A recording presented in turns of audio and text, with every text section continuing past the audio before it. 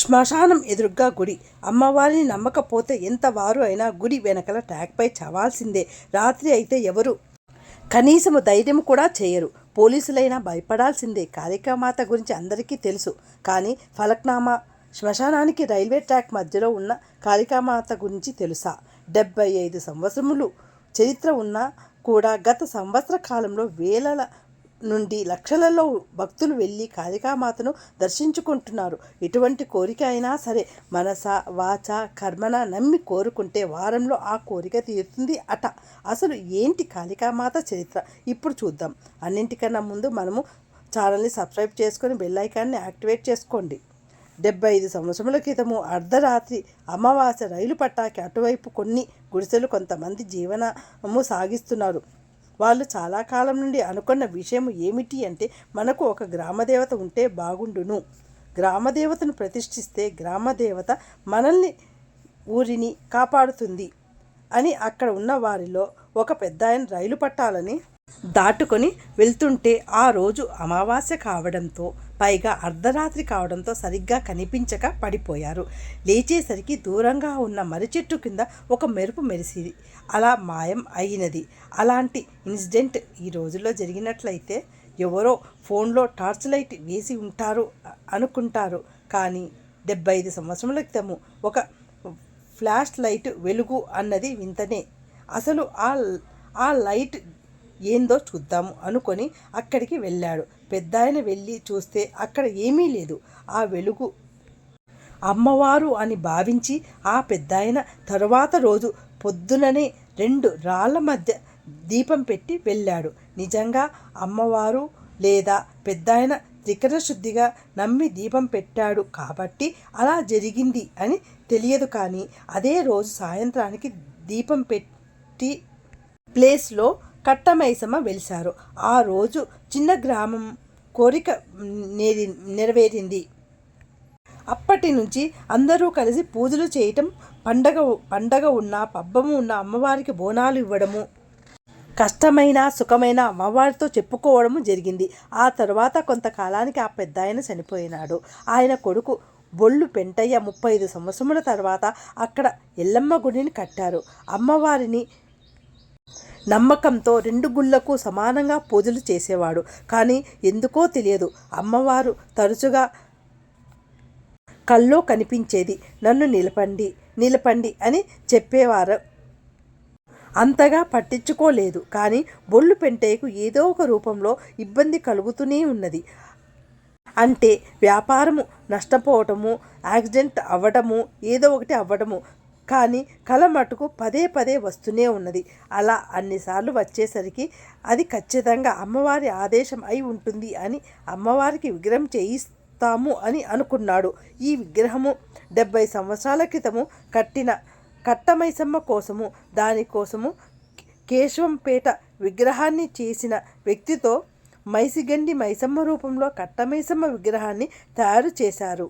అమ్మవారికి ధూప దీప నైవేద్యాలతో పూజలు జరుగుతున్నాయి. కానీ ఇది జరిగిన 5 ఏళ్లకి అమ్మవారి విగ్రహాన్ని ఎవరో ఇరగగొట్టేశారు. ఇది చేసింది ఎవరో అని సరిగ్గా తెలియదు. కానీ అదే టైంలో హిందూ ముస్లింకి గొడవలు కూడా జరిగినాయి. ముందు ముస్లింలే చేశారు అనుకున్నారు అక్కడ వాళ్ళు అంతా. కానీ హిందువులు చేశారా ముస్లిం చేశారా అన్ని క్లారిటీ మటుకు ఇప్పటికీ రాలేదు. కాకపోతే ఒకరిని అనుమానించినారు. ఆ అనుమానాన్ని బలపరుస్తూ అతను ఆ నెక్స్ట్ డేనే రైలు పట్టాల వద్ద చనిపోయాడు. ఆ టైంలో ట్రైన్లను ఆపడము, బస్సులను ఆపడము, ధర్నాలు చేయటము. 30 సంవత్సరముల క్రితము ఆ ఏరియాకు ఆ గొడవలకు లాక్డౌన్ పెట్టినారు. పెంటయ్య కొడుకు కొత్త విగ్రహం పెట్టాలి అని చెప్పి డబ్బులు అడ్జస్ట్ చేసుకుంటున్నాడు. నల్లరాతి విగ్రహంతో ప్రాణప్రతిష్ఠ చేయాలి అనుకున్నారు. కానీ డబ్బులు సరిపోలేదు. మళ్ళీ అమ్మవారి అనుగ్రహంతో అప్పటి గవర్నమెంట్ దిగివచ్చి విగ్రహ నిర్మాణం కోసము డబ్బులు ఇచ్చింది. కానీ కాళికామాత విగ్రహాన్ని పెట్టాలి అంటే దున్నపోతును బలి ఇవ్వాలి. దానికి కూడా ఆయన దగ్గర స్తోమత లేదు. గుమ్మడికాయని దున్నపోతు అని భావించి తల్లి అని మనసులో కోరుకొని గుమ్మడికాయని కొట్టి బలి ఇచ్చాడు. ఆళ్ళగడ్డ నుంచి అమ్మవారు నల్లరాతి కాళికామాత విగ్రహాన్ని తీసుకొని వచ్చి ప్రాణప్రతిష్ఠ చేసినారు. ఫలక్నామా కాళికామాత ఎంత పవర్ఫుల్ అంటే అమ్మవారిని నమ్మి ముడుపు కడితే ఎంతటి కోరిక అయినా సరే 5 అమావాస్యలలో తీరుతుంది. ఫస్ట్ వారం రోజులలోనే రిజల్ట్ ఎక్స్పీరియన్స్ చేయడం స్టార్ట్ చేస్తాము అన్నమాట. తీరిన వాళ్ళు కూడా ఎంతో వేల మంది ఉన్నారు. కాళికామాత విగ్రహాన్ని 30 సంవత్సరాల క్రితం పెట్టినప్పటి నుంచి తప్పు చేసిన వాడు ఎవడైనా సరే రైలు కింద పడో రక్తము కక్కుకొనో ఏదో విధంగా ఆ తర్వాత రోజు చనిపోవడం జరుగుతున్నది.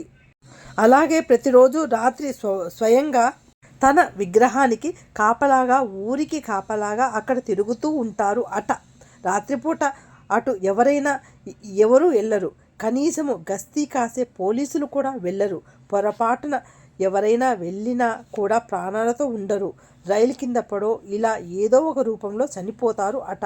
స్వయన కాళికామాత అమ్మవారికి నిత్యం పూజలు చేసే పూజారి ఎప్పుడైనా ఒక చిన్న పొరపాటు చేసినా అరగంట తన తప్పు తెలుసుకునే ఎఫెక్ట్ అవుతుంది అట.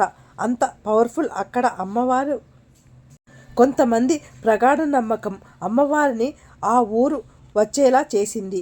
మీరు ఫలక్నామా అమ్మవారి గుడికి వెళ్ళి ఉంటే ఎక్స్పీరియన్స్ని, అలాగే మీ కోరికను తీరినాయా లేదా అనే దానికి కామెంట్స్ చేయండి.